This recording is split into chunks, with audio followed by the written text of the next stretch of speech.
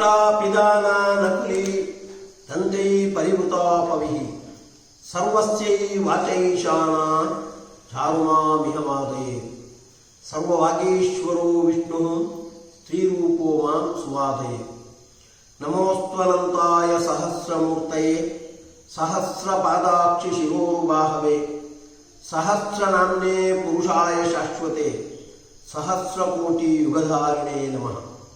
ब्रह्मचर्य हरिप्रीति सुविद्या वादशालिनः इष्टदान् कष्टहर्तॄन्नः विद्यामान्यान् मुनीन्दुमः।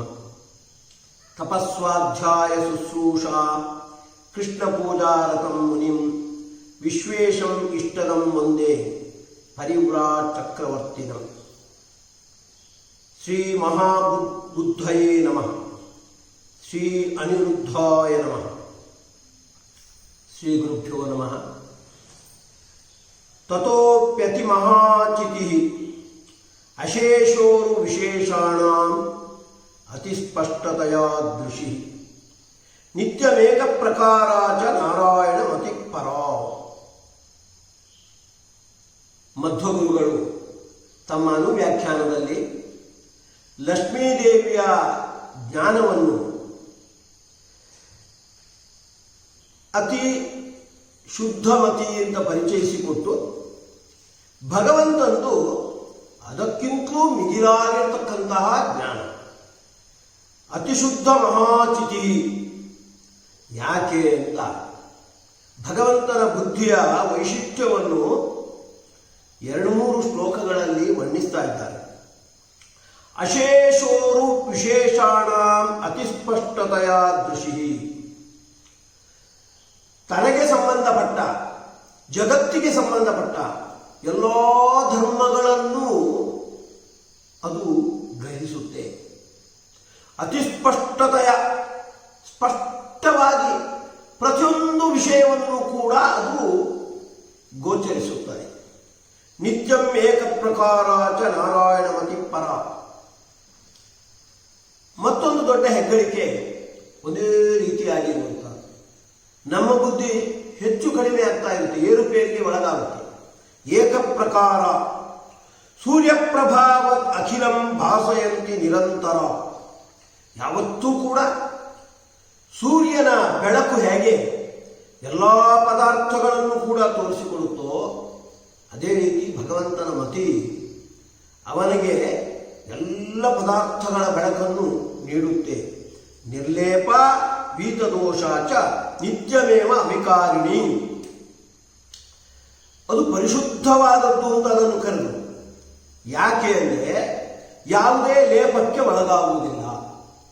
ಬುದ್ಧಿ ಕಲುಷಿತವಾಗುವುದು, ನಮ್ಮ ಬುದ್ಧಿ ಹಾಗಾಗಿ ಕೆಲವೊಮ್ಮೆ ಕಲುಷಿತವಾಗುತ್ತೆ. ಯಾಕೆಂದರೆ ಪ್ರಾರಬ್ಧ ಕರ್ಮದ ಪ್ರಭಾವಕ್ಕೆ ಒಳಗಾಗಿ, ಪಾಪಕರ್ಮದ ಪ್ರಭಾವಕ್ಕೆ ಒಳಗಾಗಿ ಬುದ್ಧಿಯಲ್ಲಿ ಏರುಪೇರು ಉಂಟಾಗುತ್ತೆ. ಆದರೆ ಭಗವಂತನ ಬುದ್ಧಿ ನಿರ್ಲೇಪ. ಕರ್ಮದ ಸಂಘಕ್ಕೆ ಅದು ಒಳಗಾಗುವುದೇ ಇಲ್ಲ, ಕರ್ಮಲೇಪಕ್ಕೆ ಅದು ಒಳಗಾಗುವುದಿಲ್ಲ. ಹಾಗಾಗಿ ವೀತ ದೋಷ, ಯಾವುದೇ ದೋಷ ಅದರಲ್ಲಿ ಕಾಣಿಸುವುದಿಲ್ಲ.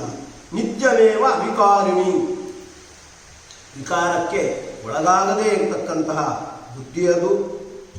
ಇನ್ನೂ ಸ್ವಾರಸ್ಯ ಅಂದರೆ ಅದರ ದೊಡ್ಡ ಹೆಗ್ಗಳಿಕೆ ಭಗವಂತನಿಗೆ ಸಂಬಂಧಪಟ್ಟ ಅನಂತ ಗುಣಗಳನ್ನು, ಅನಂತ ಕ್ರಿಯೆಗಳನ್ನು, ಅನಂತ ರೂಪಗಳನ್ನು ಅದು ವಿಷಯೀಕರಿಸುತ್ತೆ. ಅಶೇಷೋರು ವಿಶೇಷಾಣ ಅತಿಸ್ಪಷ್ಟತೆಯ ದೃಶಿ ಅಂತ ಹೇಳಿ. ಗುರು ವಿಶೇಷಗಳು ಅಂದರೆ ಭಗವಂತನಿಗೆ ಸಂಬಂಧಪಟ್ಟಿರ್ತಕ್ಕಂತಹ ಧರ್ಮಗಳು.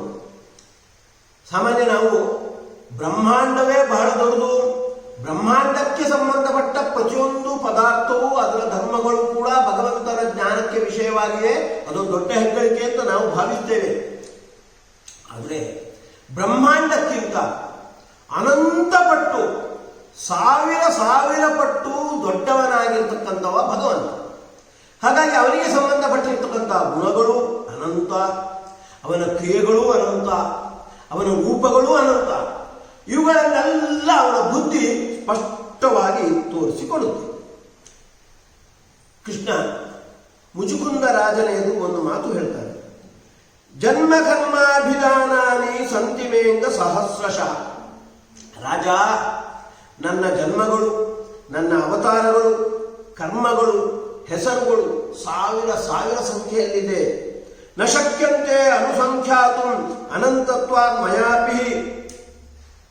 ಉಳಿದವರಿಗೆ ಅವುಗಳನ್ನು ಲೆಕ್ಕ ಮಾಡಲಿಕ್ಕಾಗುವುದಿಲ್ಲ ಅನ್ನುವ ಸಂಗತಿ ಬಿಟ್ಟು ಬಿಡು.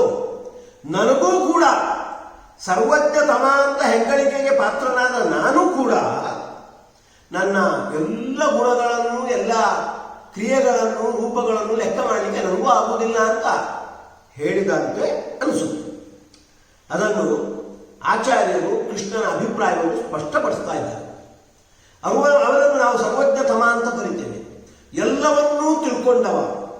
ಹಾಗಾದರೆ ಮುಚುಕುಂದ ರಾಜನ ಎದುರು ಅವ ಹೇಳ್ತಾ ಇದ್ದಾನೆ, ನನ್ನ ರೂಪಗಳನ್ನು ನಾನು ಸರಿಯಾಗಿ, ನನ್ನ ರೂಪಗಳನ್ನು, ನನ್ನ ಅನಂತಗಳಾಗಿರ್ತಕ್ಕಂಥ ಗುಣಗಳನ್ನು ನಾನು ತಿಳ್ಕೊಂಡಿಲ್ಲ ಅಂತ ಹೇಳ್ತಾ ಇದ್ದಾನೆ. ಅದು ಅಸಂಖ್ಯೇಯ ಅಂತ. ಹೇಗೆ ಅಂದ್ರೆ, ಅನಂತಮಿತಿ ವೇತ್ತೀಶಃ ಅನಂತಂ ತ್ವಂತವತ್ತಥಾ. ಭಗವಂತವ ಸಮರ್ಥ. ತನ್ನ ಅನಂತ ಗುಣಗಳನ್ನು, ಅನಂತ ಕ್ರಿಯೆಗಳನ್ನು, ಅನಂತ ರೂಪಗಳನ್ನು ಅನಂತ ಅಂತಲೇ ತಿಳ್ಕೊಂಡಿದ್ದಾನೆ. ಹಾಗೆ ಅಂತವತ್, ಅಂತವುಳ್ಳವನನ್ನಾಗಿಯೂ ಕೂಡ ಅಂತವುಳ್ಳವುಗಳನ್ನಾಗಿ ತಿಳಿದಿದ್ದಾನೆ. ಅನಂತಸ್ಯ ಹಿ ಸಂಖ್ಯಾನೇ ನತು ಸರ್ವಜ್ಞತಾ ಬಲೆ. ಆದರೆ ಅನಂತಗಳನ್ನು ಪ್ರತ್ಯೇಕಶಃ ಅವುಗಳನ್ನು ಲೆಕ್ಕ ಮಾಡ್ತಾನೆ ಹೊರತು ಅನಂತಗಳನ್ನು ಅನಂತವಾಗಿ ಲೆಕ್ಕ ಮಾಡ್ತಾ ಇಲ್ಲ. ಯಾಕೆಂದ್ರೆ ಅವುಗಳು ಅಸಂಖ್ಯ. ಅನಂತ ಮಿತಿ ವೇತ್ತೀಶಃ ಅನಂತಂ ಪ್ರತ್ಯೇಕಂಚ ವಿಶೇಷತ.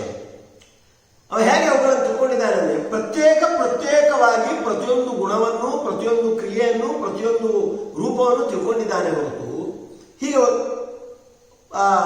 ಸ್ಥೂಲವಾಗಿ ಸಮಷ್ಟಿಯಾಗಿ ಅನಂತ ಅಂತ ತಿಳ್ಕೊಂಡಿದ್ದಾನೆ. ಸರ್ವಜ್ಞತ್ವ ಅಸಂಖ್ಯಾನಂ ಅಸಂಖ್ಯಸ್ಯ ಕುತೋ ಹಿಸ. ಆ ಪ್ರಮಾಣ ಹೇಳುತ್ತೆ. ಅವ ಸರ್ವಜ್ಞ, ಎಲ್ಲವನ್ನೂ ಪ್ರತ್ಯೇಕವಾಗಿ ತಿಳ್ಕೊಂಡಿದ್ದಾನೆ. ಹಾಗಂತ ಅದು ಸಂಖ್ಯೆಯ ಅಂತ ತಿಳ್ಕೊಂಡಿಲ್ಲ, ಅದು ಅಸಂಖ್ಯ ಅಂತಲೇ ತಿಳ್ಕೊಂಡಿದ್ದಾನೆ. ಯಾಕೆಂದ್ರೆ ಅವನ ಸರ್ವಜ್ಞತ್ವ ಅನ್ನೋದು ಅದು ಯಥಾರ್ಥವಾದ ಪದಾರ್ಥವನ್ನಷ್ಟೇ ಅವ ತಿಳ್ಕೊಳ್ಳುವಂಥದ್ದು. ಒಂದೊಮ್ಮೆ ಅವನ ಗುಣಗಳಿಗೆ ಸಂಬಂಧಪಟ್ಟು, ಕ್ರಿಯೆಗಳಿಗೆ ಸಂಬಂಧಪಟ್ಟು ಅವುಗಳು ಸಂಖ್ಯೆಯ ಅಂತ ತಿಳ್ಕೊಂಡ್ಬಿಟ್ರೆ ಅದು ಅಯಥಾರ್ಥವಾದ. ಹಾಗಾಗಿ ಅವುಗಳನ್ನು ಅಸಂಖ್ಯೇಯ ಅಂತ ತಿಳ್ಕೊಂಡಿದ್ದಾನೆ. ಆದರೆ ಪ್ರತ್ಯೇಕವಾಗಿ ಅವುಗಳನ್ನು ತಿಳ್ಕೊಂಡಿದ್ದಾನೆ. ಹೀಗೆ ಆ ಪ್ರಮಾಣ ಭಗವಂತನ ಸರ್ವಜ್ಞತ್ವವನ್ನು ಸಮರ್ಥನೆ ಮಾಡುತ್ತೆ, ಅವನ ಗುಣದ ಅಸಂಖ್ಯೇಯತ್ವವನ್ನು ಕೂಡ ಒಂದು ನಿಟ್ಟಿನಲ್ಲಿ ಸಮರ್ಥನೆ ಮಾಡ್ತಾ ಇದೆ. ಹಾಗಾಗಿ ಭಗವಂತನ ಜ್ಞಾನ ಅನ್ನೋದು ಬ್ರಹ್ಮಾಂಡದ ಎಲ್ಲ ಪದಾರ್ಥಗಳನ್ನು ವಿಷಯೀಕರಿಸುತ್ತೆ ಅನ್ನೋದು ಒಂದು ವಿಷಯ. ಅದಕ್ಕಿಂತ ಮುಖ್ಯವಾಗಿ ಅವನಿಗೆ ಸಂಬಂಧಪಟ್ಟಂಥ ಅನಂತ ಗುಣಗಳು, ಅನಂತ ರೂಪಗಳು, ಅನಂತ ಕ್ರಿಯೆಗಳು, ಅವುಗಳನ್ನೂ ಕೂಡ ಪ್ರತ್ಯೇಕವಾಗಿ ಅದು ಗುರುತಿಸುತ್ತೆ. ಅದು ಆ ಜ್ಞಾನದ ಮಹತ್ವ. ಇನ್ನೊಂದು ಅಂಶವನ್ನು ನಾವು ಗಮನಿಸಬೇಕಾದದ್ದು, ಆ ಭಗವಂತನನ್ನು ಸಾಕ್ಷಾತ್ ಅಪರೋಕ್ಷಾತ್ ಬ್ರಹ್ಮ ಅಂತ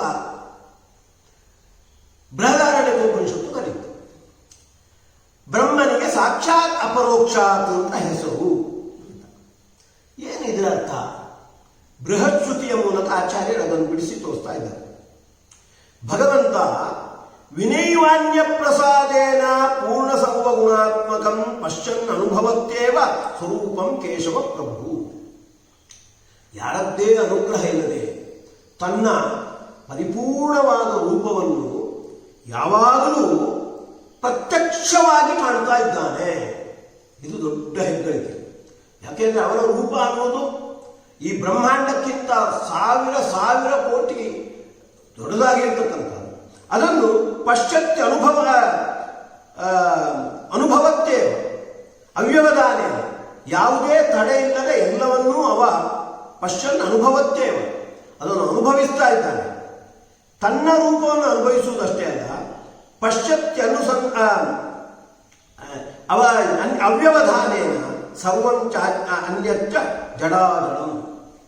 ತನ್ನ ರೂಪವನ್ನು ಅನುಭವಿಸ್ತಾ ಇರ್ತಾನೆ, ಅನಂತವಾದ ರೂಪವನ್ನು ಅನುಭವಿಸ್ತಾ ಇರ್ತಾನೆ ಅನ್ನೋದು ಒಂದು ಅಂಶ.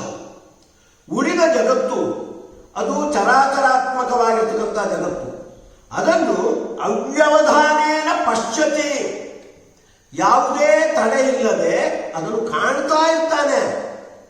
ಭಗವಂತನ ಜ್ಞಾನ ಎಲ್ಲವೂ ಪ್ರತ್ಯಕ್ಷಾತ್ಮಕವಾದದ್ದು. ನಾವು ಕೆಲವನ್ನು ಪ್ರತ್ಯಕ್ಷವಾಗಿ ಕಾಣ್ತೇವೆ, ಮತ್ತೆ ಕೆಲವನ್ನು ಯುಕ್ತಿಯಿಂದ, ಇನ್ನು ಕೆಲವನ್ನು ಶಬ್ದದಿಂದ ಕಾಣುವಂಥದ್ದು. ಭಗವಂತನಿಗೆ ಹಾಗಲ್ಲ. ಪ್ರತಿಯೊಂದು ಪದಾರ್ಥವನ್ನು ಈ ಬ್ರಹ್ಮಾಂಡಕ್ಕೆ ಸೇರಿರ್ತಕ್ಕಂತಹ ಜಡ ಮತ್ತು ಅಜಡ ಪದಾರ್ಥದ ಪ್ರತಿಯೊಂದನ್ನು ಅವ್ಯವಧಾನೇನ ಪಶ್ಯತಿ, ಯಾವುದೇ ತಡೆ ಇಲ್ಲದೆ ಅದನ್ನು ಕಾಣ್ತಾ ಇದ್ದಾನೆ. ಅದಕ್ಕಾಗಿ ಸಾಕ್ಷಾತ್ ದೇವ ಅಪರೋಕ್ಷಾತ್ ಸಹ, ಹಾಗಾಗಿ ಅವನಿಗೆ ಸಾಕ್ಷಾತ್ ಅಪರೋಕ್ಷಾತ್ ಅಂತ ಹೆಸರು. ವಿಷ್ಣುರೇವ ತತಸ್ಮೃತಃ. ಸಾಕ್ಷಾತ್ ಶಬ್ದ ಸ್ವತಂತ್ರತ್ವ, ಸಾಕ್ಷಾತ್ ಸ್ವತಂತ್ರವಾಗಿಯೇ ಅವ ತಿಳಿತಾನೆ. ಯಾವ ಅನುಗ್ರಹವೂ ಬೇಡ. ನಾವು ಯಾವುದಾದ್ರೂ ಒಂದು ಪದಾರ್ಥವನ್ನು ತಿಳ್ಕೊಳ್ಬೇಕಾಗಿದೆ, ತತ್ವಾಭಿಮಾನಿ ದೇವತೆಗಳ ಅನುಗ್ರಹ ಬೇಕು, ಮುಖ್ಯವಾಗಿ ಭಗವಂತನ ಅನುಗ್ರಹ ಬೇಕು. ಅವ ಹಾಗಿಲ್ಲ, ಸ್ವತಂತ್ರವಾಗಿ ಎಲ್ಲವನ್ನೂ ತಿಳ್ಕೊಳ್ತಾನೆ. ಹಾಗೆ ಅಪರೋಕ್ಷಸ್ತು ಅನಾವೃತಿ. ಅನಾವೃತಿ ಯಾವುದೇ ಆವರಣ ಇಲ್ಲದೆ, ಅಡೆತಡೆ ಇಲ್ಲದೆ ಎಲ್ಲವನ್ನೂ ಅವ ತಿಳ್ಕೊಳ್ತಾನೆ. ಅದಕ್ಕಾಗಿ ಅಪರೋಕ್ಷ.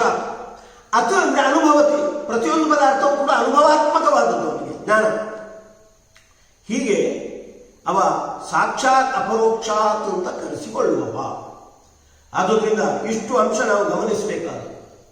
ಎಲ್ಲ ಪದಾರ್ಥಗಳನ್ನು ಭಗವಂತನ ಜ್ಞಾನ ಗ್ರಹಿಸಬಲ್ಲದು. ಎಲ್ಲ ಅನ್ನೋದರಲ್ಲಿ ಬ್ರಹ್ಮಾಂಡಕ್ಕೆ ಸೇರಿರತಕ್ಕಂಥ ಎಲ್ಲ ಆಚಾರ್ಯರು ಪ್ರಮಾಣ ಲಕ್ಷಣ ಅನ್ನುವ ಗ್ರಂಥದ ಮೂಲಕ ಅದನ್ನು ತೋರಿಸಿಕೊಡ್ತಾರೆ. ಈಶಜ್ಞಾನ ಅನ್ನೋದು ಸ್ವಪರಾಗತ ಅಖಿಲ ಅಶೇಷ ವಿಷಯಕಂ, ತನಗೆ ಸಂಬಂಧಪಟ್ಟ ಹಾಗೂ ಬ್ರಹ್ಮಾಂಡಕ್ಕೆ ಸಂಬಂಧಪಟ್ಟ ಎಲ್ಲೋ ವಿಷಯಗಳನ್ನು ಕೂಡ ಸಾಕ್ಷಾತ್ತಾಗಿ ಕಾಣುವಂತ, ಎಲ್ಲ ವಿಷಯಗಳನ್ನು ವಿಷಯೀಕರಿಸಿದೆ, ತನಗೆ ಸಂಬಂಧಪಟ್ಟ ಎಲ್ಲ ವಿಷಯಗಳನ್ನು ವಿಷಯೀಕರಿಸುತ್ತೆ, ಯಾವುದೇ ಅದರಲ್ಲಿ ದೋಷ ಇಲ್ಲ, ಹಾಗೆ ಎಲ್ಲವನ್ನು ಕೂಡ ಪ್ರತ್ಯಕ್ಷವಾಗಿಯೇ ತಿಳ್ಕೊಂಡಿರುವಂಥ ಇಷ್ಟು ಅವನ ಹೆಗ್ಗಳಿಕೆ. ಇದನ್ನು ನಾವು ವಿಷ್ಣು ಸಹಸ್ರನಾಮದ ಮಹಾಬುದ್ಧಿ ಅನ್ನತಕ್ಕಂಥ 173ನೇ ನಾಮದಲ್ಲಿ ಇದನ್ನು ಚಿಂತನೆ ಮಾಡಬೇಕು. ಮಹಾಬುದ್ಧಿ, ಮಹತೀ ಬುದ್ಧಿ ಯಸ್ಯ ಸಹ ಮಹಾಬುದ್ಧಿ, ಮಹತ್ವ ಸಂಪನ್ನವಾದ ಶ್ರೇಷ್ಠವಾದ ಬುದ್ಧಿ ಉಳ್ಳವ. ಆ ಶ್ರೇಷ್ಠತ್ವವನ್ನೇ ಆಚಾರ್ಯರ ಅನುವ್ಯಾಖ್ಯಾನದಲ್ಲಿ ಹಾಗೂ ಬೃಹದಾರಣ್ಯಕೋಪನಿಷತ್ತಿನ ಭಾಷ್ಯದಲ್ಲಿ ಬೃಹಶ್ರುತಿಯ ಮೂಲಕ ತಿಳಿಸಿರುವಂಥ ಎಲ್ಲವನ್ನು ಯಾವುದೇ ದೋಷ ಇಲ್ಲದೆ ಪ್ರತ್ಯಕ್ಷವಾಗಿ ಯಾವುದೇ ತಡೆ ಇಲ್ಲದೆ ತಿಳ್ಕೊಂಡದ್ರಿಂದ ಅವನನ್ನು ಮಹಾಬುದ್ಧಿ ಅಂತ ಕರೆಯುವಂತ. ಇನ್ನೊಂದು ಅನಿರುದ್ಧ, 185ನೇ ನಾಮ ಅನಿರುದ್ಧ. ಅನಿರುದ್ಧ ಅನ್ನುವುದಕ್ಕೆ ಅವ ಯಾರಿಂದೂ ಕೂಡ ತಡೆಯಲ್ಪಡುವವ ಅಲ್ಲ. ನಿರುದ್ಧೋ ನಭವತಿ ಇತಿ ಅನಿರುದ್ಧ. ಯಾರೂ ಯಾವುದೇ ವಿಷಯದಲ್ಲಿ ಅವನನ್ನು ತಡೆಯುವವರು ಇಲ್ಲ. ಯಾಕೆಂದರೆ ಅವ ಸ್ವತಂತ್ರನಾದ. ಈ ಪ್ರಸಂಗದಲ್ಲಿ ಅವನ ಬುದ್ಧಿ ಯಾವುದರಿಂದಲೂ ಕೂಡ ನಿರೋಧಿಸಲ್ಪಡುವುದಿಲ್ಲ. ಬುದ್ಧಿಯ ವಿಷಯದಲ್ಲಿ ನಿರುದ್ಧೋ ನಭವತಿ. ಬುದ್ಧಿಯ ರೂಪದಲ್ಲಿ ಅವನ ಬುದ್ಧಿ ಅನ್ನುವುದು ಅವನ ಸ್ವರೂಪಾತ್ಮಕ. ಅವ ಹೇಗೆ ನಿರುದ್ಧೋ ನಭವತಿ, ಬುದ್ಧ್ಯಾತ್ಮನ ನಿರುದ್ಧೋ ನಭವತಿ. ಅವನ ಅರ್ಥಾತ್ ಅನಿರುದ್ಧ ಬುದ್ಧಿಕಃ ಅಂತ. ಯಾರ ಬುದ್ಧಿ ಯಾವುದೇ ನಿರೋಧಕ್ಕೆ ಒಳಗಾಗುವುದಿಲ್ವೋ ಅಂತವನು ಅನಿರುದ್ಧ. ಬುದ್ಧಿಯ ನಿರೋಧ ಅಂದರೆ ಏನು? ಬುದ್ಧಿ ಕೆಲವೊಮ್ಮೆ ಅಡೆತಡೆಗೆ ಒಳಗಾಗುತ್ತೆ. ಆ ಅಡೆತಡೆ ಭಗವಂತನ ಜ್ಞಾನಕ್ಕೆ ಯಾವುದೂ ಇಲ್ಲ. ಪಾಂಡವರು ದ್ಯೂತದಲ್ಲಿ ಸೋತು ವನವಾಸಕ್ಕೆ ಹೋಗಿದ್ದಾರೆ. ಕೃಷ್ಣ ಆ ಜೂಜಾಟ ಆಡುವಾಗ ಕೃಷ್ಣ ಹಸ್ತಿನಾಪುರದಲ್ಲಿರುವುದಿಲ್ಲ, ಅವ ದ್ವಾರಕೆಯಲ್ಲಿರ್ತಾನೆ. ಯಾಕೆಂದ್ರೆ ಸಾಲ್ವರಾಜ ಬಂದಿದ್ದ, ಹಾಗಾಗಿ ನನಗೆ ಆ ಪ್ರಸಂಗದಲ್ಲಿ ಹಸ್ತಿನಾಪುರದಲ್ಲಿ ಇರ್ಲಿಕ್ಕೆ ಆಗುವುದಿಲ್ಲ ಅಂತ ಕೃಷ್ಣ ಮತ್ತೆ ಅಲ್ಲಿಗೆ ಹೋಗಿ ಹೇಳ್ತಾ ಇದ್ದಾನೆ ವನವಾಸದ ಸಂದರ್ಭದಲ್ಲಿ. ಆ ಪ್ರಸಂಗದಲ್ಲಿ ಆಚಾರ್ಯ ಒಂದು ಮಾತು ಹೇಳ್ತಾರೆ. ಇದು ಕೃಷ್ಣ ಬರೇ ಒಂದು ನೆಪವನ್ನು ತೋರಿಸಿಕೊಡುವಂತ. ಕೃಷ್ಣನ ಉದ್ದೇಶ ಏನು ಅಂದ್ರೆ ದುರ್ಯೋಧನಾದಿಗಳ ಪಾಪದ ಕೊಡ ತುಂಬಬೇಕು ಅನ್ನುವುದಕ್ಕಾಗಿಯೇ ಕೃಷ್ಣ ಬೇಕು ಅಂತಲೇ ಅನುಪಸ್ಥಿತನಾಗಿರುವಂತಹದ್ದು. ಯಾಕೆಂದ್ರೆ ಕೃಷ್ಣನ ಸಾಮರ್ಥ್ಯ ಏನು ಅಂದ್ರೆ ಅವನಿಗೆ ಯಾವುದೇ ರೀತಿಯಾಗಿರ್ತಕ್ಕಂತಹ ಅಸಾಮರ್ಥ್ಯ ಇಲ್ಲ. ಒಂದೇ ಕಾಲಕ್ಕೆ ಅವ ದ್ವಾರಕೆಯಲ್ಲೂ ಇರಬಲ್ಲ, ಹಸ್ತಿನಾಪುರದಲ್ಲೂ ಇರಬಲ್ಲ. ಒಂದೇ ಕಾಲಕ್ಕೆ ದ್ವಾರಕೆಯಲ್ಲಿ ಇದ್ದುಕೊಂಡೇ ಹಸ್ತಿನಾಪುರಕ್ಕೆ ಅವ ತನಗೆ ಬೇಕಾಗಿದ್ದ ನೆರವನ್ನು ನೀಡಲಿಕ್ಕೆ ಅವ ಸಮರ್ಥನಾದ. ಅದನ್ನು ಆಚಾರ್ಯರು ಹೀಗೆ ಸ್ಪಷ್ಟಪಡಿಸ್ತಾ ಇದ್ದಾರೆ. ಸನ್ನಿಧಾನೇ ಅತ ದೂರೇವ ಕಾಲ ವ್ಯವಹಿತೇಪಿವ ಸ್ವಭಾವತ್ವ ವ್ಯವಹಿತೆ ವಸ್ತು ವ್ಯವಹಿತೇಪಿ ವಾ ನಾಶಕ್ತಿರ್ವಿದ್ಯತೆ ವಿಷ್ಣೋ ನಿತ್ಯ ಅವ್ಯವಹಿತತ್ವತಃ. ಅವ ಯಾವತ್ತೂ ಕೂಡ ಯಾವುದೇ ವ್ಯವಧಾನಕ್ಕೆ ತಡೆಗೆ ಒಳಗಾಗುವವ ಅಲ್ಲ. ಹಾಗಾಗಿ ಸನ್ನಿಧಾನದ ಒಂದು ಪದಾರ್ಥವನ್ನು ಕಾಣ್ತಾನೆ, ಅಸಾಮರ್ಥ್ಯ ಇಲ್ಲ. ಸನ್ನಿಧಾನದ ಪದಾರ್ಥ ಅಂದರೆ ನಮಗೆ ಅತ್ಯಂತ ಹತ್ತಿರವಾದ ಪದಾರ್ಥವನ್ನು ನಮಗೆ ಕಾಣಿಸಲಾಗುತ್ತದೆ. ನಮ್ಮ ಕಣ್ಣಿನಲ್ಲಿ ಇರ್ತಕ್ಕಂಥ ರೆಪ್ಪೆಯಲ್ಲಿ ಇರ್ತಕ್ಕಂತಹ ರೋಮಗಳು ಅವುಗಳು ಕಾಣುವುದಿಲ್ಲ. ಭಗವಂತನಿಗೆ ಹಾಗಿಲ್ಲ, ಅತ್ಯಂತ ಸಮೀಪದಲ್ಲಿರ್ತಕ್ಕಂತಹ ಪದಾರ್ಥವನ್ನು ಅವ ಕಾಣ್ತಾನೆ. ಆ ಸನ್ನಿಧಾನ ಪ್ರಯುಕ್ತವಾಗಿರ್ತಕ್ಕಂತಹ ಅಶಕ್ತಿ ಇಲ್ಲ. ದೂರೇವ, ಬಹಳ ದೂರದ ಪದಾರ್ಥ ನಮಗೆ ಕಾಣಿಸುವುದಿಲ್ಲ, ಅವನಿಗೆ ದೂರದ ಪದಾರ್ಥವು ಅವನಿಗೆ ಕಾಣಿಸುತ್ತೆ. ಕೃಷ್ಣಾವತಾರದಲ್ಲಿ ತೋರಿಸಿದ್ದಾನೆ. ಅವ ಈ ಜೂಜಾಟದ ಸಂದರ್ಭದಲ್ಲಿ ಅವ ದ್ವಾರಕೆಯಲ್ಲಿದ್ದ. ಹಸ್ತಿನಾಪುರದ ಆ ಧೃತರಾಷ್ಟ್ರನ ಅರಮನೆಯಲ್ಲಿ ಜೂಜಾಟ ಆದ. ಜೂಜಾಟ ಆಡಿ ಸೋತು ದುಶ್ಯಾಸನ ದ್ರೌಪದಿಯ ವಸ್ತ್ರಾಪರಣದಲ್ಲಿ ತೊಡಗಿದಾಗ ದ್ರೌಪದಿ ಪ್ರಾರ್ಥನೆ ಮಾಡಿದ. ಪ್ರಾರ್ಥನೆ ಮಾಡಿದ ಕೂಡಲೇ ಸ್ಪಂದಿಸಿದ ಕೃಷ್ಣ. ಎಷ್ಟೋ ದೂರದಲ್ಲಿದ್ದ ಕೃಷ್ಣನಿಗೆ ದ್ರೌಪದಿ ಮಾಡಿದ ಪ್ರಾರ್ಥನೆ ಕೇಳಿಸಿತು, ಅದು ಕಾಣಿಸಿತು. ಹಾಗಾದರೆ ದೂರವೂ ಕೂಡ ಅವನ ಅಶಕ್ತಿಗೆ ಪ್ರಯೋಜಕ ಆಗುವುದಿಲ್ಲ. ಕಾಲ ವ್ಯವಹಿತೇ ಪಿವ, ಕಾಲದ ವ್ಯವಧಾನ ಅವನಿಗೆ ಅದು ತಡೆ ಅಂತ ಅನಿಸುವುದಿಲ್ಲ. ಎಷ್ಟು ದೂರದ ಕಲ್ಪದ ಪದಾರ್ಥಗಳು ಕೂಡ ಅವನಿಗೆ ಈಗ ಕಾಣಿಸುತ್ತೆ. ಅವನಿಗೆ ಮತ್ತೆ ಕಾಲ ವ್ಯವಧಾನ ಅನ್ನುವುದು ಅವನಿಗೆ ಇಲ್ಲ, ಸ್ವಭಾವದ ವ್ಯವಧಾನ ಇಲ್ಲ. ನಮಗೆ ಧರ್ಮಾಧರ್ಮಗಳು ಕಾಣಿಸುವುದಿಲ್ಲ, ಸ್ವರ್ಗ ನರಕಗಳು ನಮ್ಗೆ ಕಾಣಿಸುವುದಿಲ್ಲ. ಅವನಿಗೆ ಹಾಗಿಲ್ಲ. ಪ್ರತಿಯೊಂದು ಪದಾರ್ಥವೂ ಕೂಡ ಪದಾರ್ಥದ ಸ್ವಭಾವ ಅದು ಕಾಣಿಸದ ಸ್ವಭಾವ ಆದರೂ ಅವನ ಪಾಲಿಗೆ ಅದು ಕಾಣಿಸುತ್ತೆ. ವಸ್ತು ವ್ಯವಹಿತೇ ಪಿವ, ವಸ್ತುಗಳ ತಡೆ ಒಂದು ಗೋಡೆ ಇತ್ತು ಅಂತಾದರೆ ಆ ಕಡೆ ಇದ್ದು ನಮಗೆ ಕಾಣಿಸುವುದಿಲ್ಲ. ಅದೇ ಭಗವಂತನಿಗೆ ಹಾಗಲ್ಲ, ವಸ್ತುವಿನ ವ್ಯವಧಾನವೂ ಅವನಿಗಿಲ್ಲ. ಹಾಗಾಗಿ ನಿತ್ಯ ಅವ್ಯವಹಿತತ್ವತಃ, ಯಾವತ್ತೂ ಯಾವುದೇ ವ್ಯವಧಾನಕ್ಕೆ ಒಳಗಾಗುವವ ಅಲ್ಲ. ಅದನ್ನೇ ಅವನನ್ನು ಅನಿರುದ್ಧ ಅಂತ ಕರೆಯುತ್ತಾರೆ. ಯಾರ ಬುದ್ಧಿಯ ಸಾಮರ್ಥ್ಯಕ್ಕೆ ಯಾವುದೇ ರೀತಿಯಾಗಿರ್ತಕ್ಕಂಥ ನಿರೋಧ ಇಲ್ಲ. ಬುದ್ಧಿ ಅನ್ನೋದು ಯಾವುದರಿಂದಲೂ ಕೂಡ ನಿರುದ್ಧ ಆಗುವುದಿಲ್ಲ. ಸಮೀಪ ಇರ್ಬೋದು, ದೂರ ಇರ್ಬೋದು, ಕಾಲ ವ್ಯವಧಾನ, ದೇಶದ ವ್ಯವಧಾನ, ಸ್ವಭಾವದ ವ್ಯವಧಾನ ಯಾವುದು ಅವನ ಬುದ್ಧಿಗೆ ತೊಂದರೆಯನ್ನು ಉಂಟು ಮಾಡುವುದಿಲ್ಲ. ಹಾಗಾಗಿ ಅವನನ್ನು ನಾವು ಅನಿರುದ್ಧ ಅಂತ ಕರೆಯುವಂಥದ್ದು. ಅವ ಕೃಷ್ಣಾವತಾರದಲ್ಲಿ ನಾವು ಅನೇಕ ಸಂದರ್ಭದಲ್ಲಿ ನಾವು ಕಂಡಿದ್ದೇವೆ. ಆ ತೃಣಾವಹ ಅನ್ನತಕ್ಕಂಥ ಒಬ್ಬ ಬ್ರಾಹ್ಮಣ, ಅವನ ಮಕ್ಕಳು ಹುಟ್ಟಿದ ಕೂಡ ಸಾಯ್ತಾ ಇದ್ದ. ಅರ್ಜುನನ ಹತ್ರ ಬಂದು ಅವ ಕೇಳಿದ ತನ್ನ ಮಕ್ಕಳಿಗೆ ರಕ್ಷಣೆ ನೀಡಬೇಕು ಅಂತ. ಅರ್ಜುನನಿಗೆ ಆಗಿಲ್ಲ. ಕೊನೆಗೆ ಕೃಷ್ಣ ಅರ್ಜುನನ ಕರ್ಕೊಂಡು ಹೋದ. ವೈಕುಂಠಕ್ಕೆ ಕರ್ಕೊಂಡು ಹೋಗಿ ವೈಕುಂಠದ ದ್ವಾರಪಾಲಕರೇ ತೃಣಾವನ ಮಕ್ಕಳಾಗಿ ಬಂದಿದ್ದಾರೆ ಅಂತ ಅದನ್ನೆಲ್ಲ ತೋರಿಸಿ ಆ ಸಮಸ್ಯೆಯನ್ನು ಪರಿಹಾರ ಮಾಡಿದ. ದೂರದ ಪದಾರ್ಥವೂ ಕೂಡ ಅವನಿಗೆ ಕಾಣಿಸುತ್ತೆ, ಅವನಿಗೆ ಗೊತ್ತಾಗುತ್ತೆ ಅಂತ. ಹಾಗೆ ಕಾಲಯಾವನ ಅನ್ನುವ ಅವ ಬಂದಾಗ ಮುಚುಕುಂದ ಎಲ್ಲೋ ಗುಹೆಯಲ್ಲಿ ಮಲಗಿದ್ದ. ಮುಚುಕುಂದೆಯಲ್ಲಿ ಗುಹೆಯಲ್ಲಿ ಮಲಗಿದ್ದಾನೆ ಅನ್ನೋದು ಗೊತ್ತು. ಹಾಗಾಗಿ ಕಾಲಯಾವನವನ್ನು ಅಲ್ಲಿ ಕರ್ಕೊಂಡು ಹೋಗಿ ಮುಚುಕುಂದನ ದೃಷ್ಟಿಪಾತ ಅವನ ಮೇಲೆ ಹಾಕಿ ಕಾಲಯಾವನ ಸಾಯುವಂತೆ ಮಾಡಿಬಿಟ್ಟಿದ್ದಾನೆ. ಹೀಗೆ ಎಲ್ಲ ರೀತಿಯ ವ್ಯವಧಾನ ಇಲ್ಲ ಅನ್ನುವುದನ್ನು, ತಡೆ ಇಲ್ಲ ಅನ್ನುವುದನ್ನು ಕೃಷ್ಣ ತನ್ನ ಅವತಾರದಲ್ಲಿ ತೋರಿಸಿಕೊಟ್ಟಿದ್ದಾನೆ. ಸಾಮಾನ್ಯವಾಗಿ ಗಾಂಧಾರಿ ಹೇಳ್ತಾಳೆ, ಗಾಂಧಾರಿ ಹತ್ರ ಕೃಷ್ಣ ಒಂದು ಹೇಳ್ತಾನೆ, ಪಾಂಡವರಿಗೆ ನೀನು ಶಾಪ ಕೊಡಬೇಡ, ನೀನು ಬಹಳ ದಿಟ್ಟತನದಿಂದ ನಡ್ಕೊಂಡವಳು. ಆ ದುರ್ಯೋಧನ ಬಂದು ನನಗೆ ಜಯವನ್ನು ಹಾರೈಸು ಅಂತ ಹೇಳಿದಾಗಲೂ ಕೂಡ ಯಥೋ ಧರ್ಮಸ್ತಥೋ ಜಯ ಅಂತ ಹೇಳಿದವಳು ನೀನು ಅಂತ ಕೃಷ್ಣ ಹೇಳ್ತಾನೆ. ಕೃಷ್ಣನೇ ಅದು ಹೇಗೆ ಗೊತ್ತಾಯಿತು? ಕೃಷ್ಣ ಹಾಗಾಗಿ ಇರಲಿಲ್ಲ. ಆದರೆ ಆ ಕಾಲ ವ್ಯವಧಾನ ಅಥವಾ ಆ ದೇಶ ವ್ಯವಧಾನ ಏನೂ ಅವನಿಗೆ ತೊಂದರೆ ಮಾಡಿಲ್ಲ. ಅಲ್ಲಿ ಏನು ಹೇಳ್ತಾಳೆ ಅನ್ನೋ ಅವನಿಗೆ ಖಂಡಿತು. ಹಾಗಾಗಿ ಅವ ಹೇಳ್ತಾನೆ. ಇನ್ನೂ ಸ್ವಾರಸ್ಯ ಅಂದರೆ ಕರ್ಣ ಸಾಯುವ ಸಂದರ್ಭದಲ್ಲಿ ಕರ್ಣ ಹೇಳ್ತಾನೆ, ಅರ್ಜುನ ನನಗೆ ಸ್ವಲ್ಪ ನನ್ನ ರಥದ ಚಕ್ರ ಮಣ್ಣಿನ ಒಳಗೆ ಮುಳುಗಿದೆ, ಅದನ್ನು ಮೇಲಕ್ಕೆತ್ತಲಿಕ್ಕೆ ಅನುಮತಿ ಕೊಡು, ಅದು ಧರ್ಮ ತಾನೇ, ಇದು ಧಾರ್ಮಿಕ ಯುದ್ಧ ತಾನೇ ಅಂತ. ಆಗ ಕೊತೆ ಧರ್ಮಸ್ತದಾಗತಃ ಅಂತ ಹೇಳ್ತಾನೆ ಕೃಷ್ಣ. ನಿನಗೆ ಧರ್ಮ ಅಂತ ಹೇಳಲಿಕ್ಕೆ ಅಧಿಕಾರವೇ ಇಲ್ಲ. ನೀನು ಇಡೀ ಜೀವನದಲ್ಲಿ ಎಷ್ಟೆಷ್ಟು ಅಧರ್ಮ ಮಾಡಿದ್ದೀನಿ ಎಲ್ಲ ಪಟ್ಟಿ ಕೊಡ್ತಾನೆ. ಕಣ್ಣಿಗೆ ಕಂಡವನಂತೆ ಕೃಷ್ಣ ಏನು ಅದನ್ನು ಸಾಕ್ಷಾತ್ ಲೌಕಿಕ ದೃಷ್ಟಿಯಿಂದ ಸಾಕ್ಷಾತ್ ಕಂಡವನಲ್ಲ, ಅದನ್ನೆಲ್ಲ ಕೃಷ್ಣ ತೋರಿಸಿಕೊಡ್ತಾ ಇದ್ದಾನೆ. ಇದನ್ನು ನಾವು ಗಮನಿಸಿದಾಗ ಭಗವಂತ ಎಷ್ಟು ಮಹಾಬುದ್ಧಿ ಅನ್ನುವುದು ನಮಗೆ ಸ್ಪಷ್ಟವಾಗುತ್ತೆ. ಹಾಗಾಗಿ ಇವನ್ನೆಲ್ಲ ಇಟ್ಟುಕೊಂಡು ಭಗವಂತನನ್ನು ಮಹಾಬುದ್ಧಿ ಅಂತ ನಾವು ಕರಿಬೇಕಾಗುತ್ತೆ. ಈ ಜಗತ್ತಿನ ಸೃಷ್ಟಿ ಬಹಳ ವಿಚಿತ್ರವಾಗಿರ್ತಕ್ಕಂಥ ಸೃಷ್ಟಿ.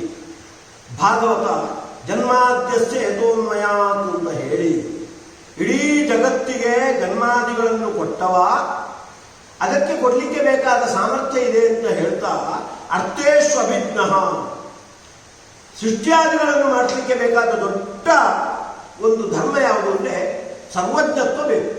ಎಲ್ಲ ಪದಾರ್ಥಗಳನ್ನು ಚೆನ್ನಾಗಿ ಬಲ್ಲವ.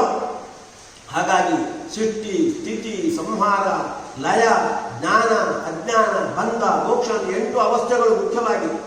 8 ಅವಸ್ಥೆಗಳನ್ನು ನಿರ್ವಹಿಸಲಿಕ್ಕೂ ಜ್ಞಾನ ಬೇಕು. ಆ ಜ್ಞಾನ ಪರಿಪೂರ್ಣವಾಗಿದೆ ಎಂದು ವೇದವ್ಯಾಸರು ಭಾಗವತದ ಮಂಗಲ ಶ್ಲೋಕದಲ್ಲಿ ಹೇಳ್ತಾರೆ. ಅರ್ಥೇಶು ಅಭಿಜ್ಞ, ಪ್ರತಿಯೊಂದು ಪದಾರ್ಥದ ವಿಷಯದಲ್ಲೂ ಕೂಡ ಅಭಿತಃ ಜಾನಾತಿ, ಪರಿಪೂರ್ಣವಾಗಿ ಅವ ತಿಳ್ಕೊಂಡವ ಅಂತ ಹೇಳ್ತಿದ್ದಾರೆ. ಹಾಗಾಗಿ ಭಗವಂತನ ಮೂಲ ರೂಪದ ಚಟುವಟಿಕೆಗಳನ್ನು, ಹಾಗೆ ಕೃಷ್ಣ, ರಾಮ ಮುಂತಾದ ಅವತಾರ ರೂಪಗಳ ಚಟುವಟಿಕೆಗಳನ್ನು ನಾವು ಕಂಡಾಗ ಆ ಚಟುವಟಿಕೆಗಳ ಹಿನ್ನೆಲೆಯಾಗಿ ಮುಖ್ಯವಾಗಿರ್ತಕ್ಕಂಥವನ ಬುದ್ಧಿಯ ವೈಭವ ಸ್ಪಷ್ಟವಾಗುತ್ತೆ. ಅವುಗಳನ್ನೆಲ್ಲ ನಾವು ನೋಡಿಕೊಂಡು ಅವನನ್ನು ಮಹಾಬುದ್ಧಿ ಅಂತ ನಾವು ಸ್ತುತಿಸಬೇಕಾದದ್ದು. ತಾನು ಹೇಗೆ ಮಹಾಬುದ್ಧಿಯು, ಅದರಂತೆ ಲಕ್ಷ್ಮೀದೇವಿಗೂ ಕೂಡ ತನ್ನ ಬಳಿಕ ಒಳ್ಳೆಯ ಬುದ್ಧಿಯನ್ನು ಅನುಗ್ರಹ ಮಾಡಿದ್ದಾನೆ.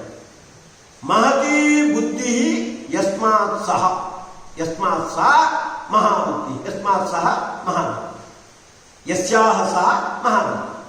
ಯಾವ ಲಕ್ಷ್ಮೀದೇವಿಗೆ ಮಹತ್ವಪೂರ್ಣವಾದ ಬುದ್ಧಿಯನ್ನು ಅನುಗ್ರಹಿಸಿದವನೋ ಅಂತಹವನು ಅಂತ ಅದಕ್ಕೆ ಅರ್ಥ. ಮಹತಿ ಬುದ್ಧಿ ಯಸ್ಯಾಹ ಲಕ್ಷ್ಮ್ಯಾಹ ಸಹ ಮಹಾಬುದ್ಧಿ. ಆ ಅನುವ್ಯಾಖ್ಯಾನದಲ್ಲಿ ಆಚಾರ್ಯರು ಹೇಳ್ತಾ ಇದ್ದಾರೆ, ಭಗವಂತನ ನಂತರ ಈಶೇ ಅನ್ಯೇಭ್ಯೋ ಅಧಿಕಂ ಅನ್ಯತ್ರ ಸರ್ವ ವಿಷಯಕಂ ಸ್ಪಷ್ಟತ್ವೇ ಭೇದ ಅಂತ ಗ್ರಂಥದಲ್ಲಿ ತಿಳಿಸಿದ್ದೆ. ಅಲ್ಲಿ ನಿತ್ಯಂ ಏಕ ಪ್ರಕಾರ ನಿರ್ಲೇಪ ವೀತದೋಷ ನಿತ್ಯಮೇವ ಅವಿಕಾರಿಣಿ, ಈ ಎರಡೂ ಲಕ್ಷಣಗಳನ್ನು, ಎಲ್ಲ ಲಕ್ಷಣಗಳನ್ನು ಒಳಗೊಂಡದ್ದು ಲಕ್ಷ್ಮಿಯ ಜ್ಞಾನವೂ ಕೂಡ ಆಗಿದೆ.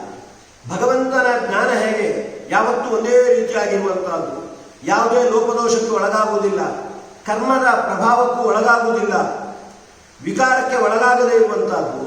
ಅದೇ ರೀತಿ ಲಕ್ಷ್ಮೀದೇವಿಯ ಜ್ಞಾನವೂ ಕೂಡ. ಆದರೆ ಇಷ್ಟೇ ವ್ಯತ್ಯಾಸ, ತಥೈವ ಸ್ಪಷ್ಟತಾಭಾವ ತತ್ರತ್ವಾತ್ತು ಕೇವಲಂ ನ ತಾದೃಶಿ.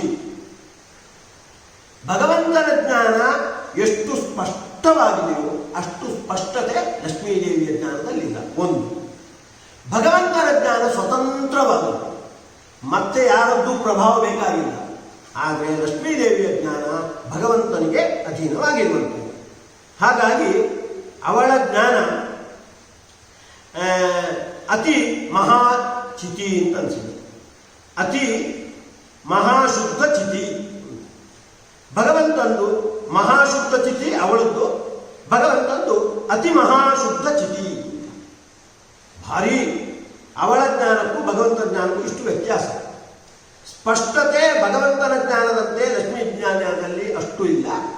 ಹಾಗೆಯೇ ಭಗವಂತನ ವಿಷಯವನ್ನು ಪೂರ್ಣವಾಗಿ ಅವಳು ಗ್ರಹಣ ಮಾಡಲಾರದು. ಅದರಂತೆ ಭಗವಂತನಿಗೆ ಅಧೀನವಾಗಿರ್ತಕ್ಕಂಥ ಬುದ್ಧಿ ಆಕೆತ್ತ. ಆದರೂ ಲಕ್ಷ್ಮೀದೇವಿಯ ಜ್ಞಾನ ಏನು ಚಿಕ್ಕ ಪುಟ್ಟ ಜ್ಞಾನ ಅಲ್ಲ. ಶ್ರೀಸ್ತುತಿಯಲ್ಲಿ ಆಚಾರ್ಯರು ಹೇಳ್ತಾರೆ, ವಿಶ್ವಸ್ಥಿತಿ ಪ್ರಳಯ ಸರ್ಗ ಮಹಾವಿಭೂತಿ ವೃತ್ತಿ ಪ್ರಕಾಶ ನಿಯಮಾವೃತಿ ಬಂಧ ಮೋಕ್ಷ ಯಸ್ಯಾ ಅಪಾಂಗಲವ ಮಾತೃತ. ಲಕ್ಷ್ಮೀದೇವಿಯ ಕಡೆಗಣ್ಣನ್ನು ಹಾಯಿಸುವ ಮೂಲಕ ಜಗತ್ತಿನ ಸೃಷ್ಟಿ ಸ್ಥಿತಿ ಲಯ ಇವನ್ನೆಲ್ಲ ನಡೆಸ್ತಾ ಇದ್ದಾರೆ. ಇಷ್ಟು ನಡೆಸಬೇಕು ಅಂದರೆ ಅದರ ಹಿನ್ನೆಲೆಯಾಗಿ ಇಷ್ಟು ಜ್ಞಾನ ಆಕೆಗೆ ಇರಬೇಕು. ಅದನ್ನು ನಾವು ಗಮನಿಸಬೇಕಾಗಿದೆ. ಅಚಿತ್ ಪ್ರಕೃತಿಗೆ ಅಭಿಮಾನಿಯಾಗಿದ್ದುಕೊಂಡು ಇಡೀ ಬ್ರಹ್ಮಾಂಡದ ಸೃಷ್ಟಿ ಸ್ಥಿತಿ ಲಯ ಇತ್ಯಾದಿಗಳನ್ನೆಲ್ಲ ನಡೆಸ್ತಾ ಇದ್ದಾಳೆ ಅಂದರೆ ಅವಳ ಜ್ಞಾನ ಮಹಾಶುದ್ಧ ಚಿತಿ ಅಂತ ಅನಿಸಿದೆ. ಅಲ್ಲದೆ ಭಗವಂತನ ಗುಣವನ್ನು ಯಾವತ್ತೂ ಆಕೆ ಚಿಂತನೆ ಮಾಡ್ತಾ ಇದ್ದಾರೆ. ಹರಿಕಥಾಮೃತ ಸಾರದಲ್ಲಿ ಜಗನ್ನಾಥದಾಸರು ಲಕ್ಷ್ಮೀದೇವಿಯನ್ನು ಸ್ತುತಿಸುವಾಗ ಜಗದುದರನ ಅತಿವಿಮಲ ಗುಣ ರೂಪಗಳನ್ನು ಅನಾಲೋಚನದಿ ಭಾರತ ನಿಗಮ ತತಿಗಳ ಅತಿಕ್ರಮಿಸಿ ಕ್ರಿಯಾ ವಿಶೇಷಗಳ ಮಹಾಭಾರತದಲ್ಲಿ ವೇದದಲ್ಲಿ ಭಗವಂತನ ಗುಣಗಳ ಕ್ರಿಯೆಗಳ ರೂಪಗಳ ಪ್ರಸ್ತಾವ ಬಂದಿದೆ. ಲಕ್ಷ್ಮೀದೇವಿ ಮಹಾಭಾರತ ವೇದಾದಿಗಳಲ್ಲಿ ಬಂದಿರತಕ್ಕಂಥ ಭಗವಂತನ ರೂಪ ಗುಣಗಳನ್ನಷ್ಟೇ ಅಲ್ಲದೆ ಅದಕ್ಕೂ ಮೀರಿ ಭಗವಂತನ ಗುಣ ರೂಪ ಕ್ರಿಯೆಗಳನ್ನೆಲ್ಲ ಚಿಂತನೆ ಮಾಡ್ತಾ ಇದ್ದಾನೆ. ಚಿಂತನೆ ಮಾಡುವಾಗ ಒಂದು ವೈಶಿಷ್ಟ್ಯ ಇದೆ. ಬಗೆ ಬಗೆಯ ನೂತನವ ಕಾಣುತ್ತಾ ಒಂದೊಂದು ಗುಣದಲ್ಲೂ ಕೂಡ ಒಂದೊಂದು ಕ್ಷಣಕ್ಕೆ ಒಂದೊಂದು ನಾವೀನ್ಯವನ್ನು ಅವನು ಗುರುತಿಸ್ತಾ ಇರ್ತಾನೆ. ಭಗವಂತನ ಸರ್ವಜ್ಞತ್ವದಲ್ಲಿ ಇರ್ಬೋದು, ಅಥವಾ ಸಾಮರ್ಥ್ಯದಲ್ಲಿ ಇರ್ಬೋದು, ಪರಾಕ್ರಮದಲ್ಲಿ ಇರ್ಬೋದು. ಬಗೆ ಬಗೆಯ ವಿನೂತನವ ಕಾಣುತ್ತಾ ಅದರಲ್ಲಿ ಹೊಸ ಹೊಸ ಅಂಶವನ್ನು ಗುರುತಿಸ್ತಾ ಮಿಗೆ ಹರುಷದಿಂ ಹೊಗಳಿ ಹಿಗ್ಗುತ್ತ ತ್ರಿಗುಣ ಮಾನಿ ಮಹಾಲಕುಮಿ ಸಂತೈಸಲು ಅನುದಿನವು ಅಂತ ಹೀಗೆ ಕೇಳ್ಕೊಳ್ಳುವಂತ ಸಂತೋಷ ಬರ್ತಾ ಇರ್ತಾರೆ. ಭಗವಂತ ಇಷ್ಟು ಗುಣ ಸಂಪನ್ನ ಅಂತ. ಈ ಗುಣ ರೂಪ ಕರ್ಮಗಳನ್ನು ಮಹಾಭಾರತ ವೇದಾದಿಗಳಲ್ಲಿ ಬಂದಕ್ಕಿಂತಲೂ ಕೂಡ ಅವುಗಳನ್ನೆಲ್ಲ ಚಿಂತನೆ ಮಾಡ್ತಾರೆ. ಅಲ್ಲದೆ ಅದಕ್ಕಿಂತ ಬಂದಕ್ಕಿಂತ ಹೊಸ ಗುಣಾದಿಗಳನ್ನು ಚಿಂತನೆ ಮಾಡಿ ಅವುಗಳಲ್ಲಿ ಮತ್ತೆ ನೂತನತ್ವವನ್ನು ಚಿಂತನೆ ಮಾಡೋದು. ಇದು ಆಕೆಯ ಬುದ್ಧಿಯ ವೈಭವ. ಹಾಗಾಗಿ ವೇದವ್ಯಾಸರ ಪ್ರಸ್ತಾವ ಬರುವಾಗ ನಾರಾಯಣ ಪಂಡಿತರು ಹೇಳ್ತಾರೆ, ನರಮಾಪಿ ಪದಾಂಗುಲೀಲ ಸನ್ನ ಕಧೂರಾಜತ್ ಅನಂತ ಸದ್ಗುಣ ಗಣಯನ್ ಜನಾರಥಂ ಅಂತ ಹೇಳ್ತಾ ಇದ್ದಾರೆ. ಲಕ್ಷ್ಮೀದೇವಿ ಭಗವಂತನ ಕಾಲಿನ ಉಗುರಿನ ತುದಿಯಲ್ಲಿರ್ತಕ್ಕಂತಹ ಗುಣಗಳ ರಾಶಿಯನ್ನು ಮತ್ತೆ ಮತ್ತೆ ಚಿಂತನೆ ಮಾಡ್ತಾ ಇದ್ದಾರೆ. ಇನ್ನೂ ಅದನ್ನು ಮುಗಿಸ್ಲಿಕ್ಕಾಗಿಲ್ಲ ಅಂದ್ರೆ ಆ ಗುಣಗಳನ್ನು ಮತ್ತೆ ಮತ್ತೆ ಮೆಲುಕು ಹಾಕಿ ಅದರಲ್ಲಿ ಹೊಸತನವನ್ನು ಕಾಣ್ತಕ್ಕಂತಹ ಸ್ವಭಾವ ಉಳಿದಿದೆ. ಹಾಗಾಗಿ ಉಗುರಿನ ತುದಿ ಭಾಗದ ಗುಣಗಳನ್ನು ಮತ್ತೆ ಮತ್ತೆ ಅವಳು ಚಿಂತನೆ ಮಾಡ್ತಾ ಇದ್ರು. ಇನ್ನೂ ಅದನ್ನು ಮುಗಿಸಿಲ್ಲ ಚಿಂತನೆ ಮತ್ತೆ ಮತ್ತೆ ಮಾಡುವಷ್ಟು ಅವಳ ಬುದ್ಧಿ ಕೆಲಸ ಮಾಡ್ತಾ ಇದೆ ಅನ್ನೋದು ಅದರಿಂದ ಸೂಚಿತವಾಗುತ್ತೆ. ಈ ಎಲ್ಲ ಅಭಿಪ್ರಾಯವನ್ನು ಇಟ್ಟುಕೊಂಡು ಆಕೆಯನ್ನು ಮಹಾಶುದ್ಧಿ ಚಿತಿ, ಆಕೆಯ ಬುದ್ಧಿ, ಹಾಗಾಗಿ ಅವಳು ಮಹಾಬುದ್ಧಿ, ಭಗವಂತನಿಂದ ಶ್ರೇಷ್ಠವಾದ ಬುದ್ಧಿಯನ್ನು ಅನುಗ್ರಹಿಸಲ್ಪಟ್ಟವಳು. ಹಾಗೇನೆ ಅವಳ ವಿಷಯದಲ್ಲಿ ಭಗವಂತ ಅನಿರುದ್ಧ ಅಂತ ಆಗಿದ್ದಾನೆ. ಅವಳ ಬುದ್ಧಿ ನಿರುದ್ಧ ನಭವತಿ. ಪ್ರಕೃತಿಯ ರಜೋಗುಣ ಅಥವಾ ತಮೋಗುಣಗಳಿಂದ ಅದು ತಡೆಯಲ್ಪಡುವುದಿಲ್ಲ, ಅಥವಾ ಸಂಶಯ ವಿಪರೀತ ಜ್ಞಾನಗಳಿಂದ ಅದು ತಡೆಯಲ್ಪಡುವುದಿಲ್ಲ. ಹಾಗಾಗಿ ದೋಷೈ ಸಂಶಯಾದಿಭೈ ನಿರುದ್ಧ ನಭವತಿ ಇತಿ ಅನಿರುದ್ಧ. ನಿರುದ್ಧ ನಭವತಿ ಯಸ್ಮಾತ್ ಸಹ ಅನಿರುದ್ಧ. ಯಾರ ಬುದ್ಧಿ ಭಗವಂತನ ಅನುಗ್ರಹದಿಂದಾಗಿ ಯಾವುದೇ ದೋಷಗಳಿಂದ ನಿರುದ್ಧ ಆಗುವುದಿಲ್ವೋ ಅಂತಹವಳು ಎನ್ನುವ ದೃಷ್ಟಿಯಿಂದ ಆಕೆಯ ಪಾಲಿಗೆ ಭಗವಂತ ಅನಿರುದ್ಧನಾಗಿ ಅನುಗ್ರಹ ಮಾಡ್ತಾ ಇದ್ದಾನೆ. ಇನ್ನು ಮುಕ್ತರ ಬುದ್ಧಿಯನ್ನು ವರ್ಣನೆ ಮಾಡ್ತಾರೆ. ಗುಣಾತೀತ ವಿಮುಕ್ತಾನ ಮತಿ ಶುದ್ಧ ಚಿತಿ ಯತಃ. ಮುಕ್ತರ ಜ್ಞಾನಕ್ಕೆ ಶುದ್ಧ ಚಿತಿ ಅಂತ ಹೆಸರು. ಅದು ಪ್ರಕೃತಿಯ ಸತ್ವ ರಜಸ್ತಮೋ ಗುಣಗಳ ಪ್ರಭಾವಕ್ಕೆ ಒಳಗಾಗುವಂತಹದ್ದಲ್ಲ. ಸಮ್ಯಗೇವಾತ ನಿತ್ಯಾಶ್ಚ ತತ್ತನ್ ಮಾಹಾತ್ಮ್ಯ ಯೋಗತ. ಅವರವರ ಯೋಗ್ಯತೆಗೆ ತಕ್ಕಂತೆ ಬೇರೆ ಬೇರೆ ಬೇರೆ ಬೇರೆ ವಿಷಯಗಳನ್ನು, ವಿಶೇಷವಾಗಿ ಭಗವಂತನ ವಿಷಯಗಳನ್ನು ಅದು ವಿಷಯೀಕರಿಸುತ್ತೆ, ಮತ್ತೆ ಸ್ಪಷ್ಟವಾಗಿ ವಿಷಯೀಕರಿಸ್ತಾ ಇದೆ. ಹಾಗಾಗಿ ಅದಕ್ಕೆ ಶುದ್ಧ ಚಿತಿ ಅಂತ ಮುಕ್ತರ ಜ್ಞಾನಕ್ಕೆ ಅದಕ್ಕೆ ಹೆಸರು. ಹೀಗೆ ಮುಕ್ತರಲ್ಲಿ ಅಂತಹ ಶುದ್ಧ ಚಿತ್ತಿಯನ್ನು ನೀಡುವ ಭಗವಂತ. ಹಾಗಾಗಿ ಮಹತಿ ಶುದ್ಧ ಚಿತ್ಯಾಖ್ಯ ಮಹತಿ ಬುದ್ಧಿ ಯಸ್ಮಾತ್ ಸಹ, ಮುಕ್ತರಿಗೆ ಅಂತಹ ಬುದ್ಧಿಯನ್ನು ಕೊಡುವವ ಅನ್ನುವ ದೃಷ್ಟಿಯಿಂದ ಕೂಡ ಅವನನ್ನು ಮಹಾಬುದ್ಧಿ ಅಂತ ಕರೆಯುತ್ತಾರೆ. ಹಾಗೆ ಚತುರ್ಮುಖಾದಿಗಳಿಗೆ, ಚತುರ್ಮುಖ ಮತ್ತೆ ವಾಯುದೇವರು ರುಜುಗಳಲ್ಲಿ ಶ್ರೇಷ್ಠರಾಗಿದ್ದರು. ಆಲೋಚನೆ ಸರ್ವ ವಿಷಯಕಂ ರುಜುಜ್ಞಾನ. ಭಗವಂತನ ವಿಷಯದಲ್ಲಿ ಉಳಿದ ರುದ್ರಾದಿಗಳಿಗಿಂತಲ್ಲ ಹೆಚ್ಚು ಭಗವಂತನ ಗುಣಾದಿಗಳನ್ನು ಅದು ಗ್ರಹಣ ಮಾಡುವುದು. ಲೌಕಿಕ ವಿಷಯದಲ್ಲಿ ಆಲೋಚನೆ ಮಾಡಿದಾಗ ವಿಶೇಷವಾಗಿ ಎಲ್ಲವನ್ನು ಅದು ತಿಳಿಸಿಕೊಡುವಂತಹ ಅಂತಹ ರುಜುಗಳ ಆ ಶ್ರೇಷ್ಠವಾದ ಬುದ್ಧಿಯನ್ನು ಅನುಗ್ರಹ ಮಾಡಿದವ ಭಗವಂತ ಮಹಾಬುದ್ಧಿ ಅಂತ ಅದರಿಂದ ನಾವು ಚಿಂತನೆ ಮಾಡಬೇಕು. ಹಾಗೆಯೇ ಅನಿರುದ್ಧ ನಾಮದಲ್ಲೂ ಕೂಡ ನಿರುದ್ಧ ನಭವತಿ, ವಾಯುದೇವರ ಅಥವಾ ಚತುರ್ಮುಖನ ಬುದ್ಧಿ ಯಾವುದೇ ದೋಷದಿಂದ ಅದು ನಿರುದ್ಧ ಆಗುವುದಿಲ್ಲ, ಅಥವಾ ರಜೋಗುಣ ಅಥವಾ ತಮೋಗುಣದಿಂದ ನಿರುದ್ಧ ಆಗುವುದಿಲ್ಲ. ಹಾಗೆ ಆಗದಂತೆ ಅನುಗ್ರಹ ಮಾಡಿದ ಭಗವಂತ ಅನ್ನುವ ದೃಷ್ಟಿಯನ್ನು ನಿರುದ್ಧ ನಭವತಿ ಯಸ್ಮಾತ್. ಹಾಗಾಗಿ ಅನಿರುದ್ಧ ಅಂತ, ಅನಿರುದ್ಧ ಮತ್ತು ಮಹಾಬುದ್ಧಿ ಎನ್ನುವ ನಾಮಗಳ ಹಿನ್ನೆಲೆಯಲ್ಲಿ ನಾವು ಆ ಭಗವಂತನ, ಲಕ್ಷ್ಮೀದೇವಿಯ, ಮುಕ್ತರ, ಚತುರ್ಮುಖನ, ವಾಯುದೇವರ ಬುದ್ಧಿಯ ವೈಭವವನ್ನು ಚಿಂತನೆ ಮಾಡುವುದರ ಜೊತೆಗೆ ನಮ್ಮಲ್ಲಿ ಕೆಲವರು ಪಾಠ ಪ್ರವಚನವನ್ನು ಚೆನ್ನಾಗಿ ಮಾಡ್ತಾರೆ, ಒಳ್ಳೆಯ ಉಪನ್ಯಾಸ ಮಾಡ್ತಾರೆ. ಅವರ ಬುದ್ಧಿಯ ವೈಭವ ಕಂಡು ನಮಗೆ ಆಶ್ಚರ್ಯವಾಗುತ್ತೆ. ಅಲ್ಲಿಗೆ ನಿಲ್ಲಬಾರದು. ಮಹಾಬುದ್ಧಯೇ ನಮಃ ಅಂತ ಭಗವಂತನನ್ನು ನಾವು ನಡೆಸಬೇಕು. ಅವರಿಗೆ ಒಳ್ಳೆಯ ಬುದ್ಧಿ ಕೊಟ್ಟು ಒಳ್ಳೆಯ ರೀತಿಯಿಂದ ಪಾಠ ಪ್ರವಚನ ಇತ್ಯಾದಿಗಳನ್ನು ಮಾಡುವ ಸಾಮರ್ಥ್ಯವನ್ನು ಕೊಟ್ಟವ. ಬರೇ ಪಾಠ ಪ್ರವಚನಕ್ಕೆ ಸೀಮಿತ ಅಲ್ಲ, ಒಳ್ಳೆಯ ಆಡಳಿತವನ್ನು ಕೊಟ್ಟಿದ್ದಾರೆ. ಒಳ್ಳೆಯ ರೀತಿಯಿಂದ ಬೇರೆ ಬೇರೆ ರೀತಿಯ ಸಾಮಾಜಿಕ ಕಾರ್ಯವನ್ನು ಮಾಡ್ತಾ ಇದ್ದಾರೆ. ಅದಕ್ಕೆ ಬೇಕಾಗಿರ್ತಕ್ಕಂಥ ಮಹಾಬುದ್ಧಿಯನ್ನು ಕೊಟ್ಟವ ಭಗವಂತ ಅಂತ ನಾವು ಅದನ್ನು ಚಿಂತನೆ ಮಾಡಬೇಕು.